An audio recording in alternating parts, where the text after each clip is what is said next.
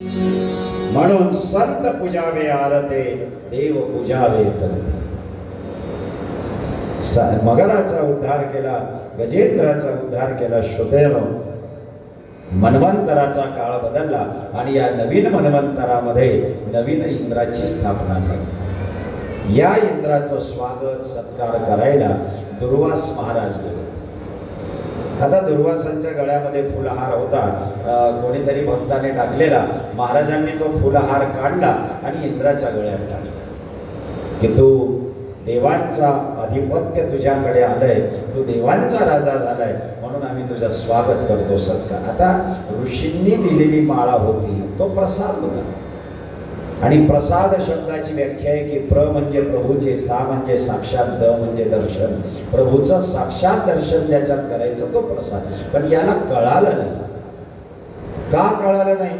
जवळची इंद्राणी बसली होती, त्या बायकोने चिमटी घेतली, सांगितलं तुम्ही देवांचे राजे, तुम्हाला मोत्याचा हार द्यायला पाहिजे आणि दिला काय तर या तुमच्या गळ्यातला उतरलेला फुलांचा हार. संतांनी दिलेल्या वस्तूची किंमत नका करू, किती किती हलकी आहे, किती भारी आहे. तो प्रसाद. किती लोक चुकून जातात छोटे. बऱ्याच वेळा हातात फळ येण्याची वेळ येते, पण शंका आणि कुशंकेमुळे माणूस बाजूला होऊन जातो, हट जात आहे. चुकू नका. काही मिळत असेल कोणी महाराजांच्या हातून, पटकन ग्रहण करा, शंका घेऊ नका की याच्यात काय आहे. कभी कुछ ना कुछ घटना घटने वाली आहे असं समजायचं. इंद्र चुकला. इंद्राने गळ्यातली माळा खाली फेकली, हत्तीवर बसला, निघून गेला. तेव्हा दुर्वासांनी शाप दिलेला आहे की इंद्रा,